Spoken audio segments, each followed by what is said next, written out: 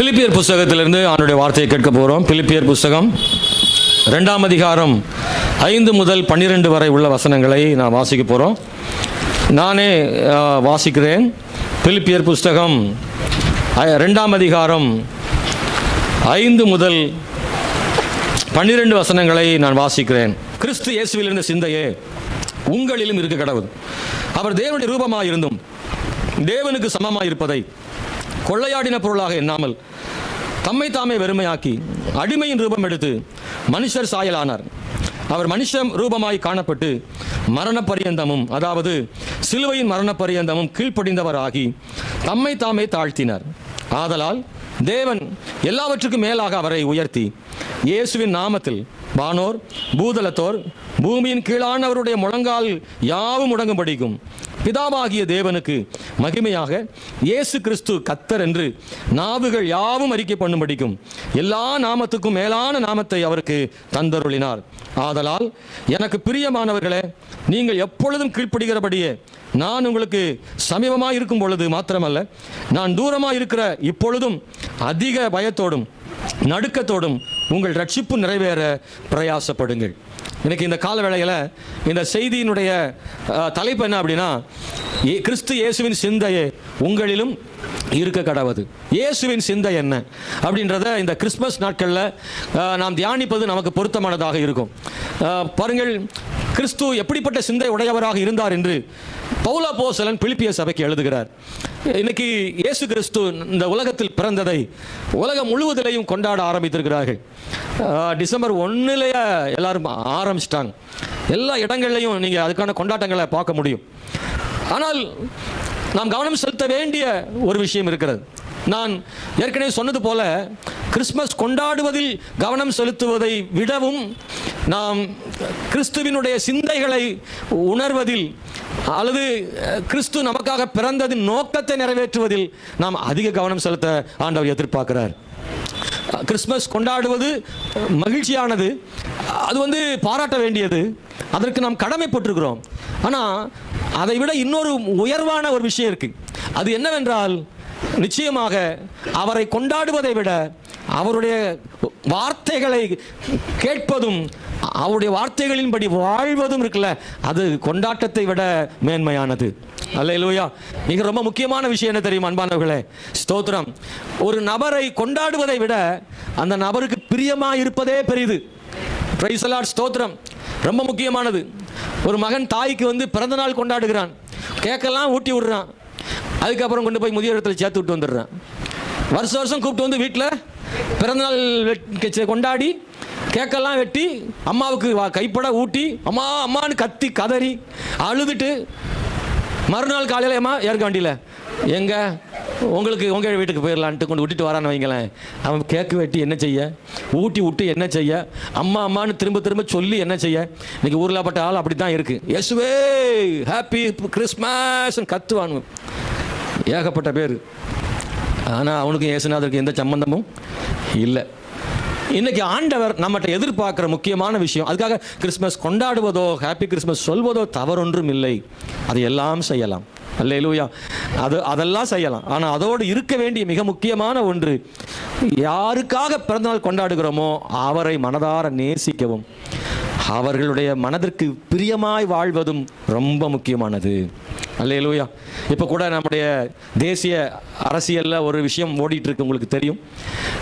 பாராளுமன்றத்தில் ஒரு முக்கிய தலைவரை பற்றி அவதூறாக பேசினதாக ஒரு சர்ச்சை பேச்சு, அது அரசியல் கட்சிகள் போராட்டங்கள் நடந்து வருகிறது. அதில் சொல்லப்படுகிற முக்கியமான செய்தி என்னவென்றால், அந்த குறிப்பிட்ட அவமானப்படுத்தப்பட்ட தலைவர் அவரை கொண்டாடுவதை விட அவருடைய கொள்கைகளை என்ன செய்யணும், கை கொள்ளணுன்றது தான் இன்னைக்கு உள்ள அரசியல் கட்சிகளுடைய கோஷமாக இருக்கு. நான் சொல்றது உங்களுக்கு விளங்கும் நினைக்கிறேன். குறிப்பிட்ட அந்த தலைவருக்காக என்னவெல்லாமோ செய்துவிட்டு அந்த தலைவருடைய கோட்பாடுகளுக்கு எதிராக செயல்படுகிற ஆட்கள் என்ன செய்யறாங்க இருக்கிறாங்க. இயேசுவினுடைய வசனங்களுக்கு எதிராக நடந்து கொண்டு இயேசுவை கொண்டாடுகிற ஒன்று பயனற்றதாக இருக்கும்.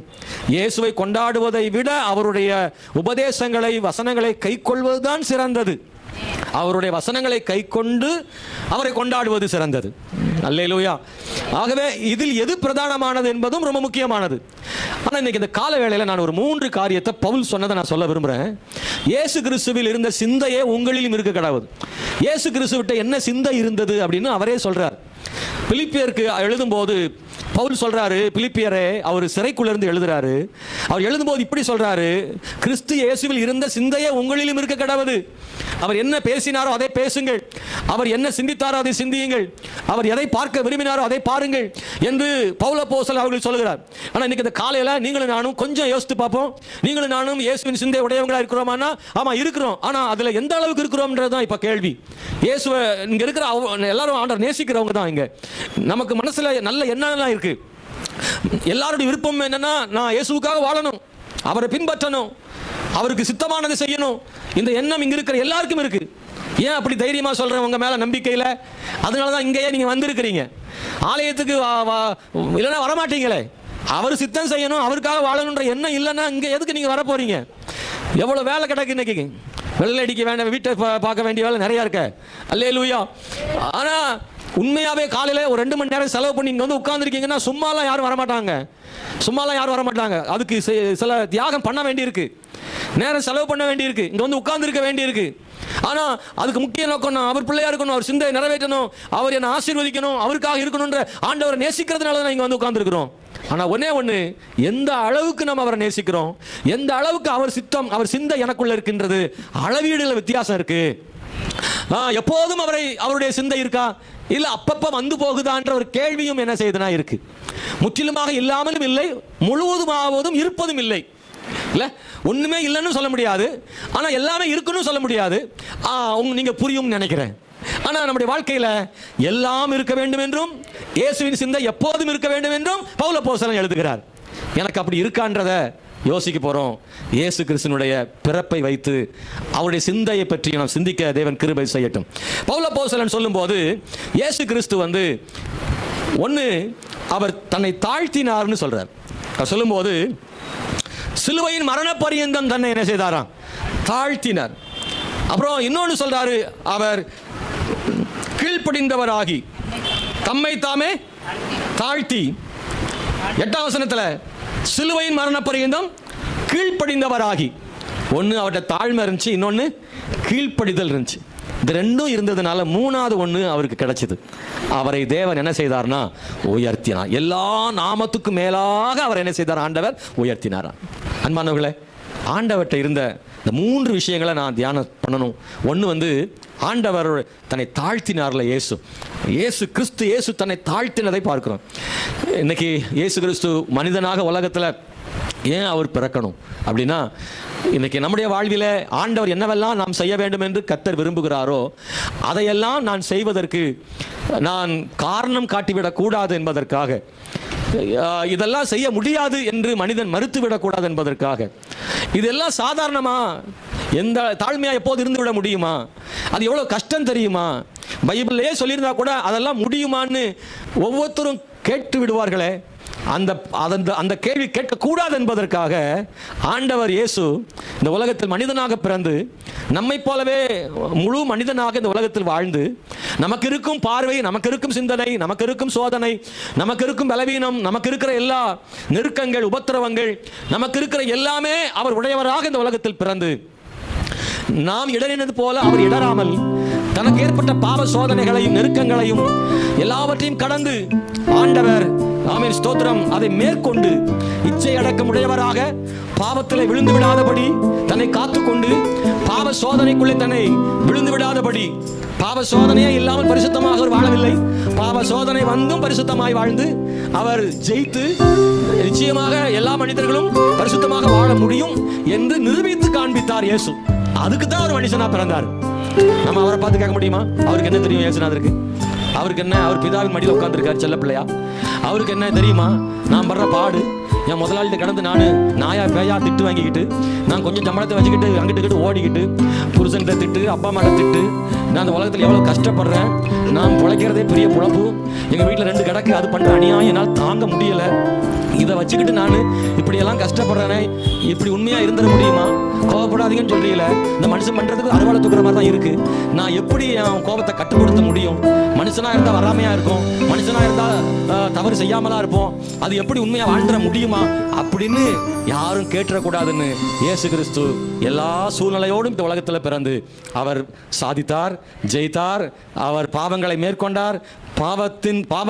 பாவத்தை செஞ்சு மேற்கொள்றதில்ல, பாவம் செய்யாமலே மேற்கொண்டார். ஒரு அலையில சொல்றீங்களா? அன்பான கர்த்தருடைய பிள்ளைகளே, இயேசு கிறிஸ்து 5 காரியத்தில் தாழ்மையாக இருந்தார்.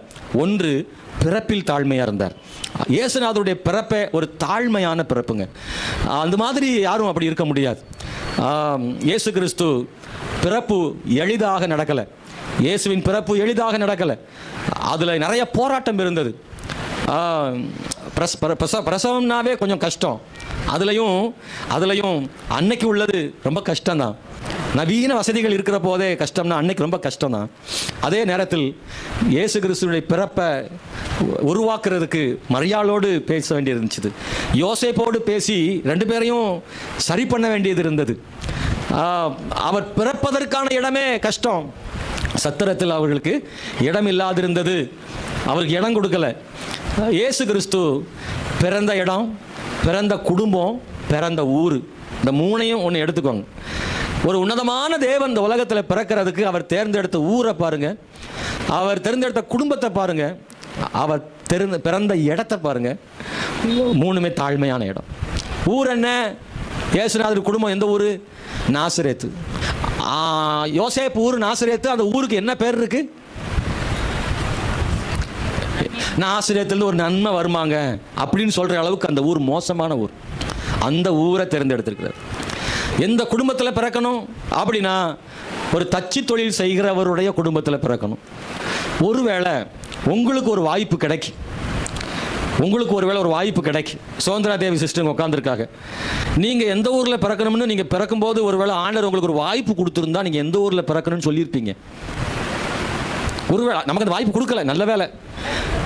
நான் சுதந்திரா தேவி சிஸ்டரை கேட்குறேன், அது மாதிரி உங்களையும் யோசிச்சு பாருங்களேன். ஒரு வாய்ப்பு கிடைக்கு, பிறக்கிறதுக்கு முன்னாடி ஆண்டவர் கேட்குறாரு, நீ இந்த உலகத்தில் பிறக்க போகிற மகளே சுதந்திரா தேவி, நீ எந்த ஊரில் பிறக்கலான்னு ஆசைப்படுற, எந்த வீட்டில் பிறக்கணும்னு ஆசைப்படுறேன்னா, ஒரு வேளை சொல்லியிருப்பாங்க, நியூயார்க்கில், அமெரிக்காவில், அங்கே ஒரு ஜார்ஜ் புஷ்ஷா, இப்போ அவர் இல்லையோ, ட்ரம்ப் வீட்டிலையாவது, வெள்ளை மாளிகையிலையாவது பிறந்துடலாமா அப்படின்னு ஒரு ஆசை இருக்கும்.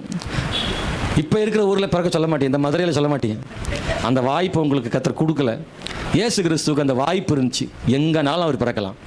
ஆனால் அவர் தேர்ந்தெடுத்த ஊர் நாசரேத்து, தேர்ந்தெடுத்த குடும்பம் ஒரு சாதாரணமான தச்சு வேலை செய்கிறவருடைய குடும்பம். நல்லா கவனிச்சிங்கன்னா அன்பானவர்களே, இந்த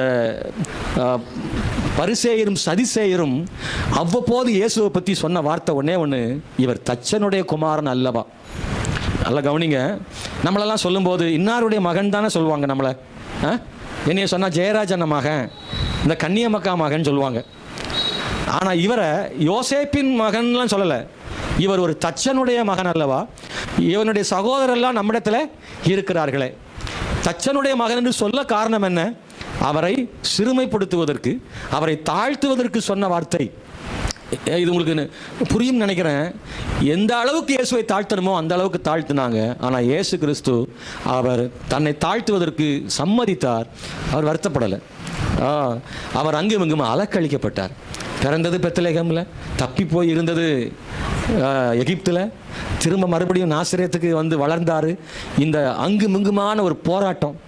தேவனுடைய பிள்ளைகளை ஸ்தோத்திரம். இன்னைக்கு இந்த கால வேளையில் நீங்கள் கவனிங்க, இயேசு கிறிஸ்து அங்குமிங்குமாக அழக்களிக்கப்பட்டதை பாருங்கள். இவ்வளவு கஷ்டத்திலே இயேசு பிறக்கணுமா? ஆமாம், தாழ்மையோடு இயேசு பிறந்தார் என்பதை வாசிக்கிறோம். குடும்பத்தில் அவர் தாழ்மையாக இருந்தார். அவர் மரியாளுக்கும் யோசேப்புக்கும் மகனாக இருக்கும்போது தாழ்மையாக இருந்தார். நான் இப்படி யோசிக்கிறேன், எப்படி ஒரு சிறு பையன் அந்த நெகேமியா இருக்கிறானோ அது மாதிரி கூட இயேசு இருந்திருப்பார். சாதாரண பையனாக வளர்ந்துருப்பார். ஏன்னா அவர் மனிதனாகத்தானே இருந்தார். அவர் ஒருவேளை வெளியே நின்றுட்டு இருந்தா அவங்க அம்மா எப்படி கூப்பிட்டுருப்பாங்க அப்படின்னா, இயேசு இங்கே நீங்கள் அப்படி தான் வாடா ஏசு தான் கூப்பிடுவீங்க. உங்கள் மகனை மிஸ்டர் அப்படின்னு கூப்பிடுவீங்களோ? திரு நெகேமி அவர்களே உள்ளே வாருங்கள் அப்படின்னு கூப்பிடுவாங்க. இல்லை டேய் வாடா. மரியாள் ஒருவேளை செல்லமா மகனை அப்படி கூப்பிட்டுருப்பாங்க. யோசேப்பு அப்படி கூப்பிட்டுருப்பாரு. உடனே இயேசு ஏய் நிறுத்தாதோட, நான் யார் தெரியுமா? நான் உன்னதத்திலிருந்து வந்த தேவகுமாரன், நீ நினச்சிக்கிட்டே ஆம்பளன்னு அப்படின்னு சண்டை போட்டாரனா? இல்லை இல்லை. பைபிள் வசனம் சொல்லுது அவர் கீழ்ப்படிந்து இருந்தார்னு வேத வசனம் சொல்லி கொடுக்கிறது. குடும்பத்தில் கீழ்ப்படிதல் இருந்தது. யோசேப்பு இளம் இவங்க வளர்ந்து வரும்போது யோசேப்பு மரித்து போனதாக சொல்லப்படுது. மரியாளை இயேசு கிறிஸ்துனுடைய பிற்காலத்தில் மரியாளை மட்டுமே காண்பிக்கிறது. அவர் எப்போது மரித்தார் என்பதை பற்றி வேதம் சொல்லாவிட்டாலும் வேத பண்டிதர்கள் சொல்கிறார்கள் இயேசு கிறிஸ்துவோடு கூட பிறந்த 4 சகோதரர்கள் உண்டு, 2 சகோதரிகள் இருக்கக்கூடும். அதில் சகோதரிகள் சொல்லப்பட்டிருக்கிறது. யாக்கோபு, யோசே போன்ற 4 சகோதரர்கள் உண்டு. அப்படின்னா இதற்கு பிறகு யோசேப்பு இந்த பிள்ளைகள் பிறந்த பிறகு மரித்திருக்க கூடும் என்று சொல்லப்படுகிறது. இயேசு மூத்தவராக இருந்ததனால் குடும்ப பொறுப்புகள் அவருக்கு இருந்திருக்க கூடும். தனக்கு பின் பிறந்த சகோதரர்கள் வளர்ந்து குடும்பத்தை கவனிக்கும் வரைக்கும் இயேசு கிறிஸ்து, அதனால தான் 30 வயசு வரைக்கும் அவர் ஊழியத்துக்கு என்ன செய்யலை, வரல. அதுக்கு பிறகுதான் ஊழியத்தையே தொடங்குறார். அவர் இளமையாக இருந்த போது, சிறுவனாக இருந்த போது அவருடைய கீழ்ப்படிதல் பிறப்பில் மட்டுமல்ல, அவருடைய வளர்ப்பிலும் அவர் குடும்பத்திலும் அவர் கீழ்ப்படிதல் உள்ளவராக, தாழ்மை உள்ளவராக இருந்தார். பிரைஸ் தி லார்ட், அல்லேலூயா. அன்பான தேவனுடைய பிள்ளைகளே, ரொம்ப முக்கியமானது குடும்பத்தில் தாழ்மையை காண்பித்தார் என்பதை நாம் கவனிக்க முடிகிறது. 3வது ஊழியத்தில் தாழ்மை இருந்துச்சு. வசனம் சொல்லுது நரிகளுக்கு குழிகளும் ஆகாயத்து பறவைகளுக்கு கூடுகளும் உண்டு, மனுஷகுமாரனுக்கோ தலை சாய்க்க இடம் இல்லை என்று எழுதப்பட்டிருக்கிறது. சும்மாலாம் ஏசு சொல்ல, உண்மை பின்பற்றி வர விரும்புகிறேன்னு அவர் சொன்னார். இந்த வார்த்தையை சொல்றாரு, இதுக்கெல்லாம் ஆயத்தமாக இருந்தாவா, நீ கட்டிலும் பஞ்சுமத்தை இருக்குன்னு நினச்சி வந்துடாத. நான் திடீர்னு நினச்சேன்னா போகிற படகுல ஒரு குறுக்க உள்ள பலகையில் கூட என்ன செஞ்சிருவேன், நான் படுத்துக்கிடுவேன். இயேசு படகுல படுத்திருந்தார். நம்ம அப்படியே படகுல படுத்தாருன்னு வாசிட்டு போயிட்டே இருக்கோம். ஒரு நாள் உங்களை படுக்க போட்டாலும் தெரியும். படகுல படுக்கிறது அவ்வளோ எளிது நினைக்கிறீங்களா? சேரில் உட்காரதுக்கு ஆடிக்கிட்டு இருக்க, படகுல படுக்கிறது, நான் படுத்துறது நான் சொல்கிறேன், படகுல போயிருக்கிறதுனால சொல்கிறேன். வல்லம்னு சொல்லுவோம், தூத்துக்குடியில் வல்லமும். வல்லத்தில் குறுக்க தான் பலகை வரும், அது அரை அடி முக்காடி தான் அந்த பலகை இருக்கும். அதில் சும்மா ஒரு பக்கம் கால் போட்டு உட்காந்துக்க வேண்டியதான். ஏசுக்கிற இப்போ இருக்கிற லாஞ்சி போட்டுலாம் இருக்குல்ல, அது மாதிரிலாம் அன்னைக்கு கிடையாதுல்ல. பாய்மர படகு தானே. அந்த குறுக்க படகு கால் நீட்டிலாம் அப்படி நீங்கள் வீட்டில் படுக்க முடியாது. தலைக்கு தலையில வச்சு காலை நீட்டிக்கிட்டு படுக்க முடியாது. ஏன்னா உங்கள் நீளத்துக்குலாம் அந்த படகு என்ன செய்யாது, இருக்காது. அதில் கொஞ்சம் தூரம் காலை சுருட்டிக்கிட்டு கொஞ்சம் நேரம் படுத்துக்க முடியும். இங்கே இருக்கிற எவருமே படுக்க முடியாது, உருண்டு கீழே விழுந்துருவீங்க. பழக்கம் வேணும் அதுக்கு. இயேசு கிறிஸ்து படகுல படுத்தே பழகிட்டாரு, பிரயாணங்களில் தான் தூங்கியிருக்கிறாரு. யோசித்து பார்த்த நாளாம் எவ்வளோ பெரிய தேவன் அவர் இல்லை. வானத்தையும் பூமியும் சூரிய நட்சத்திரங்களெல்லாம் உண்டாக்குன ஒருவர் ஒரு அங்கேயே போட்டுக்கிட்டு இந்த படகுல இந்த மக்கள் மத்தியில் அப்படியே படுத்து அப்புறாணியாக கடந்திருப்பார்ல. யோசித்து பார்த்தா இயேசு கிறிஸ்து ஒரே நோக்கம், இந்த மனுக்குலத்திற்கு பாவ மன்னிப்பை கொடுப்பதற்கு நான் வந்திருக்கிறேன் என்ற உணர்வு தான் அவரை அதையெல்லாம் செய்ய வைத்தது. அவர் தன்னை தாழ்த்தாமல் இருந்தால் நமக்காக இந்த உலகத்தில் சாதித்திருக்க முடியாது. இயேசு அவர் சாதிக்க காரணம் இந்த மனுக்குலத்தின் மேல் வைத்த அவருடைய மேலான அன்புனால தான் அதெல்லாம் பொறுத்திட்டாரு. பாவிகளுக்கு முன்னாடி நீதியுள்ள தேவன் நியாய தீர்ப்பில் குற்றவாளியை போல நின்னார் பாருங்களேன். இல்லை, கை கட்டி நிற்கிறாரு நியாய தீர்ப்புக்காக. தீர்ப்பு சொல்கிறது யார் தெரியுமா? பயங்கரமான குற்றவாளிகள். அப்படிதானே? அங்கே இருக்கிற பிரதான ஆசிரியர் ரொம்ப நீதிமானா, அவர் சனகரீப் சங்கத்துக்கு முன்னாடி, நியாய தீர்ப்பு சங்கத்துக்கு முன்னாடி பிரதான ஆசிரியர் பெரிய சிங்காசனத்தில் அவர் பெரிய மைனர் உட்கார்ந்துருக்காரு. இவங்க இயேசுநாதர் இங்கே இப்படி கை கட்டி விலங்கு போட்டு அதுக்கு முன்னாடி நிறுத்தி வச்சிருக்காங்க. இயேசு கிறிஸ்து அப்போ கூட பொறுமையாக என்ன செய்கிறாரு, இருக்கிறாரு. பிலாத்துக்கு முன்னாடி போய் நிற்கிறாரு. பிலாத்து ரொம்ப நீதிமானா? இல்லை. நீதிமான் குற்றவாளிக்கு முன்னாடி நியாயந்திருக்கப்படுகிற ஒரு அனுபவம் இருக்குல்ல, அது யாருக்குமே கஷ்டம்ங்க, யாருக்குமே கஷ்டம். அது யாரும் பொறுத்து கூட முடியாது. இயேசு ஒன்றும் சொல்லாமல் இருந்தால். பிலாத்து கூட கேட்குறான், நான் நினச்சா உன்னைய விடுதலை ஆக்கலாம், நீ என்ன செய்தான்னு கேட்டால் அவர் ஒன்றுமே செய்யலை. பிதாவை விடுவிக்காமல் நீ ஒன்றும் பண்ண முடியாதுன்னு இயேசு சொன்னார். அன்பானவர்களே, பைபிளை நீங்கள் படிக்கும்போது அப்படி தான் நிறைய சொல்லப்பட்டிருக்கிறது. சில இடங்களை தவிர பெரும்பாலான இடங்களில் ஆண்டவர் பாவிகளோடும் ஏழைகளோடும் தான் அவர் இருந்திருக்கிறாரு. ஆங்காங்கே 1-2 இடங்களில் தான் சீமோன் வீட்டில், 100க்கு அதிபதி வீட்டில், வசதி படைத்தவர்கள் வீட்டில் எப்போதாவது தானே ஒழிய பெரும்பாலான நேரங்கள் அவர் ஏழைகள் மத்தியிலே இயேசு கிறிஸ்து இருந்ததாக பைபிளில் சொல்லப்பட்டிருக்கிறது. ஊழியத்தில் இயேசு தாழ்மை காட்டினார். மரணத்தில் அவர் தாழ்மையா? ஆமாம், மரணத்தில் கூட தாழ்மை தான். ஏசாயா 53 வாசிக்கும் போது கள்ளர் மத்தியில் அவர் ஸ்தோத்திரம், குற்றவாளிகள் மத்தியில் அவர் அறையப்பட்ட அனுபவங்கள் சொல்லப்பட்டிருக்கிறது. அவரை பற்றி சொல்லும்போது அவர் அசட்டை பண்ணப்பட்டாராம், அவர் புறக்கணிக்கப்பட்டார், அவர் சிறுமைப்படுத்தப்பட்டார்னு ஏசாயா 53 எழுதப்பட்டிருக்கிறது. இன்னொரு முக்கியமாக 7வது வசனத்தில் சொல்லியிருக்கு, மயிர் கத்திரிக்கிறவனுக்கு முன்பாக நிற்கிற ஆட்டை போல நின்றார்னு சொல்லியிருக்கு. பாருங்க, மயிர் கத்திரிக்கிற நம்ம ஊரில் அப்படி இல்லை. ஆனால் பனிப்படர்ந்த இடங்களில் ஆடுகளுக்கு நிறைய ரோமங்கள் இருக்கும். அதை வெட்டி கம்பளி செய்கிறது, மற்ற தொழில்களுக்கு பயன்படுத்துவாங்க. இந்த ஆடு வெட்டும்போது எதுவுமே செய்யாதான், அந்த அந்த முடியெல்லாம் எடுத்துருவாங்களாம். அதை தான் உதாரணம் சொல்லியிருக்கு. ஒரு ஆட்டுக்குட்டிய மாதிரி சாதுவாக நின்று கொண்டிருந்தார். காரணம், இயேசு தன்னை தாழ்த்தினார். மரண பரியந்தம், அதாவது சிலுவையில் மரண பரியந்தம் தன்னை தாழ்த்தினார். அன்பானவர்களே, அவருடைய பாடு மரணத்தை விவரிச்சா அது ரொம்ப பெருசுங்க. அவருடைய பாடுகளை, அவர் பாடுபட்டு மரித்து 3ஆம் நாள் உயிர் தெழுந்தார்னு வேகமாக சொல்லி முடிச்சிடுறோம். ஆனால் ஒன்றை சொல்றதுக்கே ரொம்ப நேரம் ஆகும். இயேசு பட்ட பாடுகளை சொல்வதற்கு. அவர் பிடிக்கப்பட்டு முழுவதும் அடிக்கப்பட்டு, சாட்டையால் அடிக்கப்பட்டு, அவருடைய சதையெல்லாம் பிற்கப்பட்டு, வஸ்திரம் இல்லாதவராக, அவருடைய தாடி மயிரை பிடுங்கி, அல்லேலூயா, அது எவ்வளோ வலிக்கும்னா அதை பிடிங்கி பார்த்தா தான் தெரியும். ஆமென், பிரைஸ் தி லார்ட், அல்லேலூயா. முடியை பிடுங்கிறது அவ்வளவு எளிது அல்ல, அவ்வளவு எளிது அல்ல. அப்படியே முடியை பிடுங்கியிருக்காங்க, தாடி முடியை பிடுங்கியிருக்காங்க. அப்புறம் அவருடைய முகத்தில் உமிழ்ந்திருக்கிறாங்க. நல்லா கவனிங்க, சும்மா உமிழ்றதுக்கும் காரி உமிழ்றதுக்கும் வித்தியாசம் இருக்கு. அதை நம்ம விளக்கி கூட சொல்ல முடியாது, அவ்வளவு அருவருப்பு. ஆனால் அது இயேசுவின் முகத்தில் தான் இருந்தது. நீங்களும் நானும், நான் அடிக்கடி சொல்வேன், நம்ம முகத்தில் யாரும் துப்ப வேண்டியதில்லை. ஓரமாக துப்புனாலும் நமக்கு சரியான கோவம் வந்துடும். நமக்கு யாரை பார்த்து துப்பிட்டு போறார் அப்படின்னு. அவங்க பாவம் அவசரத்துக்கு வெளியே துப்பியிருப்பாங்க. அப்படி சண்டை போடுற ஆள்லாம் இருக்கு. இயேசு கிறிஸ்து தன் முகத்தில் காரி துப்பின போது கூட இயேசு ஒன்றும் செய்யாமல் அமைதியாக நின்றார். ஓங்கி அடித்தார்கள், முள்கிட வைத்தார்கள். ஒன்றா பார்த்துட்டு போகும்போது ரொம்ப கஷ்டமாக இருக்கும். நாம் பார்க்கும் கருணாமூர்த்தி படம், பேஷன் ஆஃப் த கிரைஸ்ட் படம், இன்னும் இயேசுவை பற்றி நிறையா படங்கள் வந்திருக்கிறது. அதையெல்லாம் பார்த்தா நமக்கு உண்மையில கஷ்டமாக இருக்கும். நான்லாம் ஒரு நாள் ஒரு கிராமத்தில் இயேசுநாதருடைய படம் திரையை கட்டி போட்டோம். நான் ஆரம்பகால ஊழியத்தில் ஒரு கிராமத்தில் திரை கட்டி போடுறோம். கிராமம் போடும்போது ஒரு கிராமத்தில் திரை கட்டி போட்டிருக்கோம். மக்கள்லாம் ஒரு 100 மக்கள் அந்த பார்த்துட்டே இருந்தாங்க. அப்போ ஒருத்தர் சொல்கிறாரு, அவர் ஃபுல் லோடில் இருக்கான், நிறுத்துக்கடா, அவர் எவ்வளோ கஷ்டப்படுறாரு, அடிச்சுக்கிட்டே இருக்கீங்க. அவர் கோபம் வந்துருச்சு, இப்போதான் அடிக்காங்க நினச்சிக்கிட்டாரு. அந்த மனுஷனை போட்டு இவ்வளோ நேரம் அடிச்சுட்டாரு, நிறுத்துக்கடா அப்படின்னு கத்துறாரு. ஐயா, இது படமுங்க அப்படின்னு. இருந்தாலும் அடிக்கக்கூடாது. இப்படி ஒரு படத்தில் அடித்ததைக்கே இந்த மனுஷனுக்கு தாங்க முடியலையே இல்லை? சிலுவையின் சில படத்தின் சிலுவை காட்சிகளை நான்லாம் அதெல்லாம் தள்ளி விட்டுருவேன். சீடியில் பார்க்கும்போது கூட நம்ம அதை பார்க்க விரும்ப மாட்டோம். அவ்வளோ கஷ்டமாக இருக்கும் அடிக்கிற அடி. படத்தில் பார்க்கவே நம்மால் முடியாது என்றால் நேரில் எவ்வளவு கஷ்டப்பட்டிருப்பார்ல இயேசு கிறிஸ்து. இத்தனை மத்தியிலையும் அவர் தாழ்மையோடு கூட இருந்தார். அல்லேலூயா. அன்பானவர்களே, சிலுவையில் 2 பக்கமும் கள்ளர்கள் நிற்காங்க. கள்ளருக்கு இணையாக்கி விட்டார்களே, அவர் தாழ்மையாகத்தான் இருந்தார். நான் சிலுவையில் மறிக்கிறேன், ஆனால் அவமானம் இவ்வளோ வேணுமா? என்னையும் ஒரு கள்ளனாக தானே பார்க்குறாங்கன்னு அப்படி இயேசு நினைக்கவே இல்லை. அவர் எல்லா விதத்தையும் ஏற்றுக்கொண்டார். அது தாழ்மை. அடக்கம் பண்ணப்படும் போதாவது அங்கேயும் தாழ்மை தான். ஏசாயா 53:9 சொல்லியிருக்கு, துன்மார்க்கரோட பிரேத குழியை வைத்தார்களாம். இயேசு கிறிஸ்து பக்கத்தில் ஒரு துன்மார்க்கன், இங்கே அவரும் துன்மார்க்கன் பக்கத்தில் அடக்கம் பண்ணப்படுறதுக்கு இயேசு என்ன செய்யலை? அல்லேலூயா. ஒரு நாள் ஒருத்தர் அம்மா இறந்துட்டாங்க. அந்த ஆள் ஒரே சண்டை, இந்த முனிசாமி பக்கத்தில் எங்கள் அம்மா வைக்கவே கூடாதுன்றான். ஏன்னா பக்கத்தில் தோண்டி ஒரு முனிசாமியை புதைச்சிருக்கு.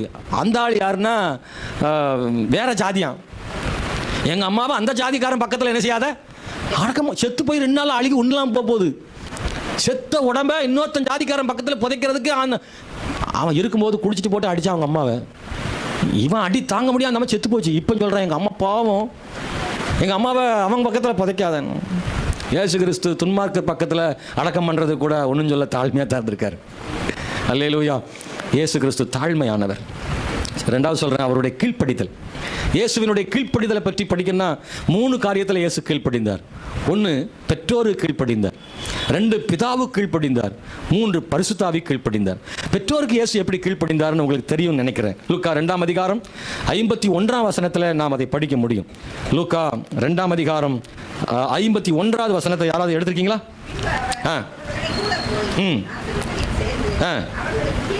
நாசரேத்தில் போய் அவர்களுக்கு கீழ்ப்படிந்திருந்தார். சரி, இருதயத்தில் வைத்துக்கணும். இயேசு கீழ்ப்படிந்திருந்தார். யாருக்கு கீழ்ப்படுகிறது? மக்கள் தேவனுக்கு கீழ்ப்படியணும், தேவன் மக்களுக்கு கீழ்ப்படுகிறார். மரியாளும் யோசேப்பும் இயேசுவுக்கு முன்னாடி யாரு? சாதாரண மனிதர்கள் தானங்க. ஆனால் மனிதனாக பிறந்து விட்டோம் அல்லவா, அதனால அவர் எனக்கு பெற்றோர்கள். எனவே உலகத்தின் பார்வையில் அவர்கள் எனக்கு பெற்றோர்கள் என்பதனால் அவர்கள் கீழ்ப்படியணும்னு இயேசு அப்படி கீழ்ப்படிந்திருக்கிறார். நான் உங்கள்கிட்ட கேட்குறேன், மரியாளும் யோசேப்பும் சொன்ன எல்லா வேலையும் செஞ்சிருப்பாரா? ஹலோ, இன்னைக்கெல்லாம் அப்படி வேலை வாங்க முடியுமா? பிரைஸெல்லாம் ஒரு அம்மா சொல்லுது, எனக்கு அவள் வேலையே செய்ய வேண்டாம், ஒழுங்காக சாப்பிட்டாலே போதும். சாப்பிட வைக்கிறதே பெரிய வேலையாக இருக்குது இன்னைக்கு பிள்ளைகளை. இக்காலத்தில் பிள்ளைகள் வளர்ப்பு ரொம்ப ரொம்ப கஷ்டம். இயேசு கிறிஸ்து தன் பெற்றோருக்கு அவ்வளோ கீழ்ப்படிந்திருந்தான்னு சொல்லப்பட்டிருக்கிறது. ரொம்ப ஆச்சரியமானதாக இருக்கு. அன்பானவர்களே, நான் ஏற்கனவே அதை பற்றி நிறைய சொல்லியிருக்கிறேன். இயேசு கிறிஸ்து வீட்டில் மட்டுமல்ல, வெளியிலும் இயேசு கீழ்ப்படிந்திருந்தார். பிதாவுக்கு கீழ்ப்படிந்தார்னு பைபிள் இருக்கு. ரோமர் புஸ்தகம் 5ஆம் அதிகாரம் 19ஆம் வசனத்தில், ஒரே மனுஷனுடைய கீழ்ப்படியாமையினாலே உலகம் பாவத்திற்கு உள்ளானது போல ஒரே மனுஷனுடைய கீழ்ப்படிதலினாலே நீதிக்குள்ளானது அப்படின்னு அந்த வசனம் சொல்லுது. எந்த ஒரு மனுஷனா கீழ்ப்படியாமையினால பாவத்துக்குள்ளாச்சு? ஆதாம் என்னும் ஒரு மனுஷனாலே, முந்தின ஆதாமாலே பாவம் வந்தது போல பிந்தின ஆதாமாகி இயேசுவாலே மக்கள் அவருடைய கீழ்ப்படிதலினாலே இந்த உலகம் நீதிக்குட்படுதுன்னு சொல்லி பைபிள் வாசிக்கணும். அப்படின்னா பிதாவுக்கு இயேசு கீழ்ப்படிந்தார். அவர் பாருங்க, பிதாவுக்கு கீழ்ப்படிந்து ஞானஸ்நானம் எடுத்தார். எனக்கு ஞானஸ்நானம் எடுக்க சொன்னால் நிறைய பல கேள்வி கேட்குறாங்க. நான் இன்னும் எடுக்கல, பிறகு பார்த்துக்கலாம், அதை பண்ணணும் இதை பண்ணணும். ஞானஸ்நானத்துக்கு என்னவெல்லாம் அவங்க காரணம் சொல்லி ஞானஸ்நானம் எடுக்கவே மாட்டேன்றான். ஆனால் இயேசு கிறிஸ்துவே கீழ்ப்படிந்து ஞானஸ்நானம் பெற்றார். அது மட்டுமல்ல, மரண வரை கீழ்ப்படிந்தார்னு பைபிளை படிக்கிறோம். நமக்கு முன்மாதிரியாக இருக்கும்படியாக பாடுகளின் மூலமாக கீழ்ப்படிதலை காண்பித்தார்னு எபிரேயர் புஸ்தகம் 5:8 கூட சொல்லப்பட்டிருக்கிறது. அவர் கீழ்ப்படிந்து நமக்கு ஒரு முன்மாதிரியை காண்பித்தாராம். 3வது பரிசுத்தாவி கீழ்ப்படிந்தார்னு சொல்லியிருக்கு. நல்ல கவனிங்க, எப்போ அவர் ஞானஸ்நானம் எடுக்கும்போது வானம் திறந்து பரிசுத்தாவி புறாவை போல அவர் மேல் வந்து இறங்கினாரோ அந்த நாள் முதல் பரிசுத்தாவி இயேசுவை ஆளுகை செய்தார். பைபிளில் சொல்லப்பட்டிருக்கிறது. மத்தேயு 4ஆம் அதிகாரத்தில் அவர் ஆவியானவரால் வனாந்தரத்துக்கு கொண்டு போகப்பட்டார்னு சொல்லியிருக்கு. இயேசு வனாந்தரத்துக்கு போனார் அப்படின்னு இல்லை, பரிசுத்தாவியானவர் இயேசுவை வனாந்தரத்துக்கு கொண்டு போனார். அப்ப என்ன அர்த்தம்? இயேசுவை பரிசுத்தாவி என்ன செய்றாரு? வனாந்தரத்துக்கு கொண்டு போகிறார். இயேசுவும் என்ன செய்றாரு? கீழ்ப்படிந்து போகிறார். எங்க கூட்டு போறாரு அப்படின்னா, ரொம்ப சௌகரியமான இடத்துக்கு இல்லை. அங்கே வனாந்தரம் முன்னாவே நமக்கு தெரியும், அது கஷ்டம் நிறைந்தது. அங்கே ராத்திரியும் பகலும் 40 நாள் புசிக்காமலும் குடியாமலும் உபவாசம் இருக்கணும். அதுக்கு பிறகு சாத்தான் சோதனை இருக்கு. இது எல்லாம் தெரிந்தும் இயேசு கிறிஸ்து ஆவியானவர் கீழ்ப்படிந்து புறப்பட்டு போனார். அன்பானவர்களே, இயேசு பரிசுத்தாவிக்கு கீழ்ப்படிந்தார் என்பதை பார்க்கிறோம். பவுல் சொல்லும்போது இப்படி சொல்றாரு, நான் அந்த பரம தரிசனத்துக்கு நான் கீழ்ப்படியாதவனாக இருக்கவில்லை அப்படின்னு பவுல் சொல்றார். அப்புறமா ரோமர் 16:19 உங்கள் கீழ்ப்படிதல் யாவருக்கும் தெரிய வந்திருக்கிறது என்று சொல்கிறார். ரோமருடைய சபையின் கீழ்ப்படிதலை பெருமையா பவுல் அப்போஸ்தலன் பேசுறார். நமக்கு தெரியும் பைபிளில் யாரெல்லாம் கர்த்தருக்கு கீழ்ப்படிஞ்சாங்க, யாரெல்லாம் கீழ்ப்படியலை, கீழ்ப்படிஞ்சதுனால என்ன நன்மையெல்லாம் உண்டானதுன்னு கேட்டால் நீங்கள் நிறைய பேரை சொல்வீங்க. பிரைஸ் தி லார்ட், ஸ்தோத்திரம். கீழ்ப்படியாமல் போன ஒரு ஆளை சொல்லுங்களேன் பைபிளில். யோனா, சிம்சோன், சவுல், நிறைய இருக்கு. அப்படிதானே? கீழ்ப்படிந்த ஒரு ஆளை சொல்லுங்களேன். ஆபிரகாம், டக்குன்னு ஆபிரகாம், அவர் தான் முத அல்லேலூயா. எங்க ஆதாம் ஏவாளை கீழ்ப்படியலைங்க, ஃபர்ஸ்ட் ஸ்டார்டிங் விட்டுட்டீங்களே, முதல் கோணலே ஆகிப்போச்சே. அப்படின்னா ஆபிரகாமின் கீழ்ப்படிதல் அவனுக்கு உயர்வை கொண்டு வந்தது. சவுலின் கீழ்ப்படியாமை சிங்காசனத்தை இழக்க செய்தது. ரொம்ப கண்ணுக்கு முன்னாடி தெரியுதுங்க. அப்படின்னா வேதம் சொல்கிற அந்த கீழ்ப்படிதல் நிச்சயமாக ஆசீர்வாதமானது. தாழ்மை இருந்தால் அங்கே உயர்வு இருக்கும். கீழ்ப்படிதல் இருந்தால் மேல்படி நிச்சயமாக இருக்கும். ஆண்டவர் ஆசீர்வதிக்கிறவர். அல்லேலூயா. அன்பான தேவனுடைய பிள்ளைகளை, யாருக்கெல்லாம் கீழ்ப்படியணும்னு பைபிளில் ஒரு இருக்கு. நான் கொஞ்சம் வேகமாக சொல்கிறேன். பைபிள் நமக்கு கீழ்ப்படியவும் சொல்லுகிறது, யார் யாருக்கு கீழ்ப்படியணும்னு பைபிள் சொல்லு. ஒன்று, பிள்ளைகளை உங்கள் பெற்றாருக்கு கீழ்ப்படிங்க. ஜெபின் என்ன செய்யணுமா? என்ன செய்யணுமா சொல்கிறா? பிள்ளைகளே, பெற்றாருக்கு வாயில் வரமாட்டக்கு, பெற்றாருக்கு கீழ்ப்படியணுமா? ஸ்தோத்திரம். நல்ல கவனிங்க, ரொம்ப முக்கியமானது. இந்த காலத்தில் இங்கே இருக்கிற பிள்ளைகள் அன்பாக கேட்டுக்கிறேன். இன்றைக்கி சண்டே ஸ்கூல் போகாத ஒரு நல்லதான் போல தெரியுது. பெற்றோர்களுக்கு கீழ்ப்படியதை விட பெரிய விஷயம் ஒன்றும் இல்லை. கர்த்தர் ஆசீர்வதிக்க கட்டளை கொடுத்துருக்கிறாரு. பெற்றோருக்கு கீழ்ப்படியாத ஒரு மனிதன் தேவனுக்கு உண்மையாக இருக்க முடியாது. ஏன்னா பெற்றோருக்கு கீழ்ப்படிய வேண்டும் என்று சொன்னது யாருன்னா கர்த்தர். ஆண்டோடைய வார்த்தைக்கு கேட்கல அப்படின்னா, பெற்றோருக்கு கீழ்ப்படினாலும் ஆண்டோடைய வார்த்தையை கேட்கலன்னு அர்த்தம், அவருக்கு கீழ்ப்படியலன்னு அர்த்தம். பெற்றோர் கீழ்ப்படிய சொன்னது கர்த்தர். உங்களுக்கு புரியுதா சொல்றது? பெற்றோருக்கு கீழ்ப்படியலன்னா கர்த்தருடைய வார்த்தைக்கே கீழ்ப்படியலன்னு அர்த்தம். அது ரொம்ப மோசமானது. நீங்க சின்ன பிள்ளையா இருக்கலாம், நீங்க பெரிய ஆளா இருக்கலாம், வளர்ந்து வரலாம், எவ்வளவு படிக்கலாம், உயர்ந்து இருக்கலாம். நான் உங்களுக்கு சொல்றேன், நீங்க வந்து படிச்சு ஒரு பெரிய போஸ்டிங் கூட போகலாம். ஆனால் தேவனுடைய பிள்ளைகளே, நீங்கள் உங்கள் பெற்றோருக்கு பிள்ளைகள் தான்.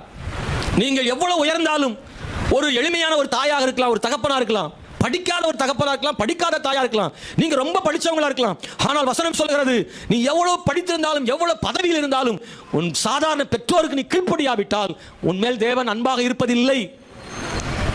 எஸ், ஒரு சொல்றீங்களா? காரணம், பெற்றோருக்கு கீழ்ப்படியாத ஒரு மனிதன் தேவனுக்கும் கூட கீழ்ப்படியவில்லை என்று தான் வசனம் சொல்லுது. ரெண்டாவது, நான் வசனம் சொல்றேன், எபேசியர் 6:1, கொலோசியர் 3:20. ரெண்டாவது, இளைஞர்களே மூப்பருக்கு என்ன செய்யுங்க? கீழ்ப்படிங்க. இளைஞர்கள் எங்க இருக்காங்க?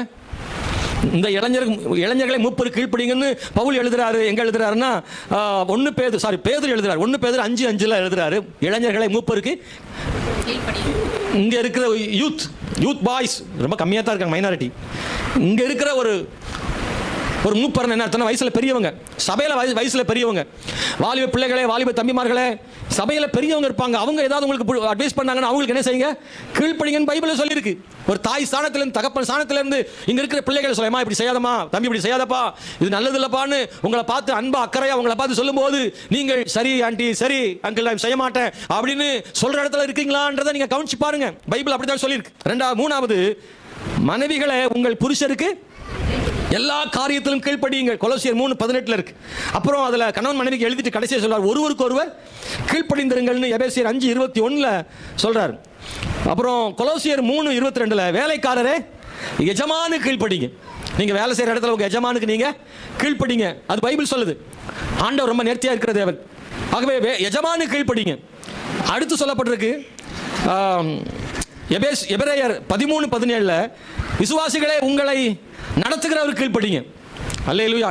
இதை கொஞ்சம் நான் வேகமாக தான் சொல்லணும், ஏன்னா இது என்ன சார்ந்தது. விசுவாசிகளே சொல்லுங்க. அடுத்து உங்களை யாரு? ஆமா, உங்களுக்கு ஏதாவது சொன்னா இவருக்கு வேலை கழுதல்ல அப்படின்னு சொல்லாதீங்க. பாஸ்டர் உங்களை, இன்னொரு வசனம் சொல்லுது, அவங்க நடத்துகிற அவர்கள் உங்களை வந்து சந்தோஷமா என்ன செய்யணுமா? நடத்தணுமா? ஐயோ, இந்த விசுவாசியோட ஒரே வேதனையா இருக்குன்னு பாஸ்டர் சொல்லக்கூடாதான். உங்களால் பாஸ்டருக்கு சந்தோஷம் வரணுமா? அல்லேலூயா. ஆமாம், பரவாயில்ல, நம்ம சொன்ன அந்த விசுவாசி உடனே கேட்டுக்கிறாங்க அப்படின்னு ஒரு மகிழ்ச்சி வரணும். வேதனைப்படுத்தக்கூடாது, பாஸ்டரை வேதனைப்படுத்தக்கூடாதுன்னு சொல்லியிருக்கு. ஒரு அல்லேலூயா சொல்கிறீங்களா? நாங்கள் வேதனைப்படுத்த மாட்டோம்னு சொல்கிறோம். அல்லேலூயா சொல்லுங்க. அப்போ இவ்வளோ நாள் வேதனைப்படுத்தினீங்களா? பாஸ்டரை வேதனைப்படுத்தாதீங்க. இன்னொன்று, பாஸ்டரை பற்றி நீங்கள் என்ன செய்யாதீங்க, குறை பேசாதீங்க. அதெல்லாம் காதுக்கு வரும் சில நேரங்களில். 2 பேர் பேசியிருப்பாங்க, 3 பேர் சேர்ந்து பேசியிருப்பாங்க. இந்த பாஸ்டரை பற்றி, பாஸ்டர் பிள்ளைகளை பற்றி, பாஸ்டர் குடும்பத்தை பற்றி கேவலமாக 2-3 பேர் விசுவாசி உட்காந்து பேசுவாங்க. அதில் ஒரு ஆள் நம்மக்கிட்ட வந்து என்ன செஞ்சிடும்? சொல்லிவிடும். அதனால் இனி பேசாதீங்க. என்ன, ஏன்னா நீங்கள் சொல்கிற ஆள் என்கிட்ட வந்து சொல்லிவிடும். அதனால் நீங்கள் யாரை பற்றியும் நீங்கள் 3 பேர் உட்காந்து பேசிடாதீங்க. நான் எனக்காக சொல்லணும்னு சொல்ல, வேத வசனத்தின்படி ஒரு ஊழியருக்கு விரோதமாய் பேசும்போது தேவன் வந்து அதை பொறுத்து கொள்ள மாட்டார். ஊழியருக்கு விரோதமாய் பேசுவது நமக்கு என்ன கொண்டு வரும்? சாபத்தையும் தண்டனையும் கொண்டு வரும். நான் பைபிள்லேருந்து அதுக்கு ஆதாரம் நிறைய சொல்ல முடியும். ஊழியக்காரனை பேசுகிறத கர்த்தர் ஒரு நாள் சும்மா விடவே மாட்டார். தம்பி தான் மோசே, ஆனால் அக்கால ஆண்டவர் விடலை. தம்பியை தான் பேசினான். ஆனால் என்ன இருந்தாலும் மோசே தேவன் அழைக்கப்பட்டவன். அதனால் கர்த்தர் வந்து கணக்கு தீர்த்தார். எனவே ஒருபோதும் சரி, நீங்கள் வீட்டில் கூட விசுவாசிகள் தயவுசெய்து ஊழியக்காரரை சபையை குறைச்சி பேசாதீங்க. ஏன்னா நீங்கள் பேசுகிறத, கணவன் மனைவி பேசுகிறத இந்த பிள்ளைகள் என்ன செய்வாங்க? பார்த்துட்டே இருப்பாங்க. அப்போ அவங்க நாளைக்கு வளரும்போது அவங்களும் என்ன செய்வாங்க? அப்படி தான் குறை பேசுவாங்க. உங்களுக்கு ஏதாவது பாஸ்டர் மேலே வருத்தம் இருந்தால் நீங்கள் நேரடியாக வந்து என்ன செய்யலாம்? சொல்லலாம். பாஸ்டர் எனக்கு இது நீங்கள் சொன்னது மனசுக்கு சங்கடமாக இருந்துச்சு, இது எனக்கு வருத்தமாக இருந்துச்சு பாஸ்டர் அப்படின்னு நேரடியாக பேசலாம். உங்கள் பாஸ்டரை பொறுத்தளவுக்கு நீங்கள் சொல்கிறத கேட்குற இடத்துல நான் இருக்கிறேன், தவறாக இருந்தால் மாற்றிக்கிற இடத்துல நான் இருக்கிறேன். நான் சொல்கிறதான் கரெக்டுன்னு நான் அப்படி சொல்கிற ஆள் கிடையாது. அதனால் தாராளமாக என்கிட்ட வந்து நீங்கள் சொல்லலாம். உங்கள் நன்மைக்காக சொல்கிறேன், ஒருபோதும் உங்களை நடத்துகிறவர்களுக்கு கீழ்ப்படியுங்கள். குறிப்பாக கேர்சல் லீடர்ஸும் நடத்துகிறவங்க தான், சண்டே ஸ்கூல் டீச்சரும் நடத்துகிறவங்க தான். உங்களை யார் ஆவிக்குள் நடத்துகிறாங்க, உங்களை ரட்சிப்புக்குள் நடத்துகிறாங்களோ அவங்களும் நடத்துகிறவங்க தான். ஆவிக்குரிய பெற்றோர்கள் இருப்பாங்க சபையில், அவங்க நடத்துகிறவங்க. உங்களை யார் ஜெபத்தில் நடத்துகிறாங்களோ, ஆண்டவர்கள் நடத்துகிறாங்க, அவங்களுக்கு கீழ்ப்படியணும்னு வசனம் சொல்லுது. கடைசியாக தீத்து 3:1 சொல்லியிருக்கு, மேலான அதிகாரங்களுக்கு கீழ்ப்படிய சொல்லியிருக்கு. அதுனா கவர்மெண்ட்டுக்கு, அரசாங்கத்துக்கு கீழ்ப்படிய வேதம் சொல்லுகிறது.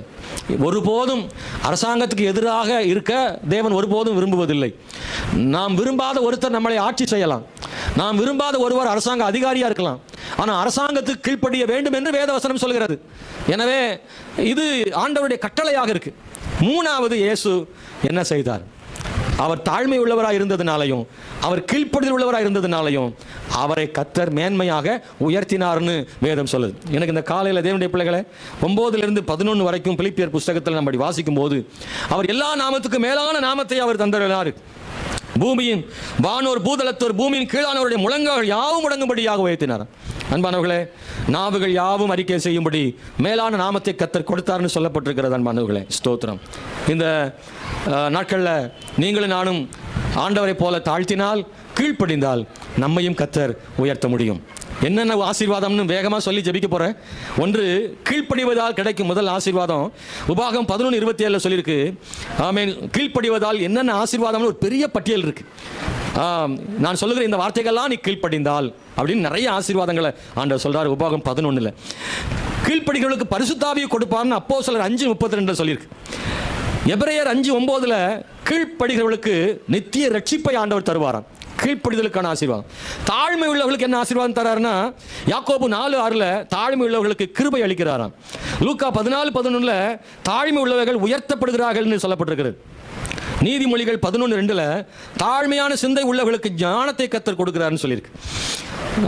1 ராஜாக்கள் புஸ்தகம் 21:27 வாசிக்கிற போது தாழ்த்துகிற ஒருவனை கர்த்தர் மன்னிக்கிறார்னு சொல்லியிருக்கு. 2 ராஜாக்கள் 22:19 தாழ்மை உள்ளவனுடைய ஜெபத்தை ஆண்டவர் கேட்கிறாராம். கீழ்ப்படிதலால் வருகிற ஆசீர்வாதம் என்ன, தாழ்த்துகிறதுனால் வருகிற ஆசீர்வாதம் என்ன என்பதை வசனங்கள் நமக்கு நிறைய சொல்லியிருக்கு. நம்ம எல்லாரும் ஜெபம் பண்ண போகிறோம். எனக்கு இந்த 2 காரியத்தில் நம்மை ஒப்பு கொடுக்க போகிறோம். எழுந்திருந்து ஜெபிக்கணும்னு நினைக்கிறேன். இருக்கிற இடத்துல சில நிமிடங்கள் ரொம்ப நேரம் உட்கார்ந்துருப்பதுனால கொஞ்சம் நின்ற வண்ணமாக ஜெபித்துட்டு நம்ம கடந்து போகலாம். ஒரு முறை கூட கண்களை மூடி ஆண்டவர் சமூகத்தில் ஜெபம் பண்ணி உங்களை ஒப்பு கொடுப்போம். ஒரு செய்தி ஒரு மனிதனுக்கு ஆசீர்வாதம் இருக்க வேண்டுமானால் அந்த செய்திக்காக ஒரு மனுஷன் தன்னை ஒப்பு கொடுக்கும்போது தான் அந்த ஆசீர்வாதத்தை முழுமையாக அவர்கள் பெற்றுக்கொள்ள முடியும். ஒருவேளை உங்களால் முடியலைன்னா நீ உட்கார்ந்துக்கலாம், கட்டாயமானதெல்லாம் ஒன்றும் இல்லை. ஒரு உற்சாகமாக ஜெபிப்பதற்காக நான் உங்களை எழும்ப சொன்னேன். எல்லாருடைய கண்களும் மூடி இருக்கட்டும். எனக்கு இந்த காலையில் உங்க கூட என் கூட ஆண்டவர் பேசியிருக்கிறார். ஆண்டவரே கீழ்ப்படிவாரானால் நானும் கீழ்ப்படிய முடியும். ஆண்டவரே தன்னை தாழ்த்த முடியுமானால் நானும் என்னை தாழ்த்த முடியும். நாம பல இடங்களில் தாழ்மையோடு இருந்திருக்கிறோம். நான் சில இடங்களில் கொஞ்சம் பெருமைப்பட்டிருக்கலாம், பல இடங்களில் கீழ்ப்படிஞ்சிருப்போம், ஆனால் சில இடங்களில் கீழ்ப்படியாமலும் போயிருப்போம். இன்னைக்கு இந்த காலையில் ஆண்டவர்கிட்ட கையை உயர்த்தி ஆண்டவர்கிட்ட ஒரு வார்த்தையாவது சொல்ல முடியுமா? ஆண்டவரை பார்த்து, ஆண்டவரே இந்த வசனத்துக்கு என்னை கீழ்ப்படுத்துகிறேன். எனக்கு இந்த கால வேளையில் என் கூட பேசின வார்த்தைகளுக்காக ஸ்தோத்திரம்.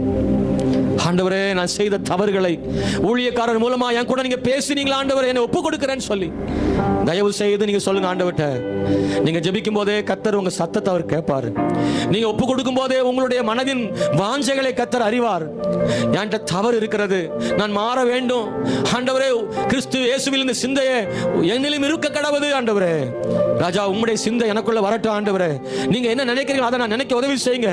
நீங்க பார்க்கறத நான் பார்க்கணும், நீங்க செய்யறத நான் செய்யணும், நீங்க சிந்திக்கிறத நான் சிந்திக்கணும் ஆண்டவரே.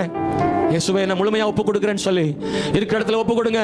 உங்களுக்கு எதிராக வருகிற பல சவால்களை தாண்டி இயேசு ஜெயித்தது மாதிரி நாமளும் ஜெயிப்போம். ஹல்லேலூயா, ஹல்லேலூயா. இயேசுவே, உம்முடைய சிந்தை எங்களுக்குள்ள வரட்டும் ஆண்டவரே, உம்முடைய சிந்தை எனக்குள்ள வரட்டும் ஆண்டவரே என்று சொல்லி ஒரு முறை கூட கர்த்தர்ட்ட சொல்லுவோம். என் பரலோக தேவனே, இந்த கால வேளையில உமக்கு ஸ்தோத்திரம் ஆண்டவரே. வாஞ்சியோடு தாகத்தோடு இந்த வசனங்களை நாங்கள் தியானிக்கிறோம். உங்களுடைய வசனங்களை வெறும் எழுத்துக்களாக மட்டும் பார்க்காமல் நாங்கள் கை கொள்ள வேண்டிய காரியமாய் பார்க்கிறோம். இயேசுவே, நீர் ஆண்டவரே கீழ்ப்படிதல் உள்ளவராகவும் தாழ்மை உள்ளவர்களாகவும் இருந்ததை படிக்கிறோம். ஜீவனுள்ள வசனம் எங்களுக்கு அதை சொல்லிக் கொடுக்கிறதப்பா. எங்கள் அன்றாட வாழ்வில் தனிப்பட்ட ஜீவியத்தில் நாங்கள் எங்கெல்லாம் தாழ்மையாக இருக்கணுமோ அங்கெல்லாம் தாழ்மையாக இருக்கவும், எங்கெல்லாம் கீழ்ப்படியணுமோ அங்கெல்லாம் கீழ்ப்படியவும் கிருபை செய்யும்படி ஜெபிக்கிறோம். ஆண்டவர் ராஜாமை துதிக்கிறையா, ஒப்பு கொடுத்து ஜெபம் பண்ணுறோம். ஆண்டவரே, எங்கள் குறைகளை மாற்றுங்க, எங்கள் தவறுகளை மன்னிங்க. இங்க இருக்கிற ஒவ்வொரு கர்த்தருடைய பிள்ளைகளையும் ஆண்டவர் தாமே மன்னிப்பீராக. தேவனுக்கென்று அர்ப்பணம் செய்கிறோம். எல்லாரும் சேர்ந்து அர்ப்பணம் செய்கிறோம். உங்க நாம மாத்திரம் மகிமைப்படுவதாக. ஆண்டவரை, வரும் காலங்களிலே இன்னும் அதிகமாக உமக்கு கீழ்ப்படிய உதவி செய்யும். கர்த்தருக்கு பயந்து வாழ பண்ணுங்க. இந்த நாட்களில் பலவீனமானவர்களுக்கு நல்ல பலனை சுகத்தையும் தார். பொருளாதார ஆசீர்வாதங்களை தார். குழந்தையற்றவர்களுக்கு குழந்தைகளை தார். திருமணமாக வேண்டிய பிள்ளைகளுக்கு நல்ல வாழ்க்கை அமைத்து தாரும். வேலை இல்லாதவர்களுக்கு வேலை வாய்ப்புகளை தாரும். படிக்கிற பிள்ளைகளுக்கு, சிரமப்படுகிற பிள்ளைகளுக்கு நல்லா படிக்க ஞானம் கொடுங்க. ஆண்டவரே ஸ்தோத்திரம். சுகவேனத்து நிமித்தமாக ஆலயத்துக்கு கூட வர முடியாமல் யாராகிலும் இருந்தால் கர்த்தர் அவர்கள் மேல ஒரு புதிய பலத்தை அவங்க மேல தந்து சுகமாக்கும்.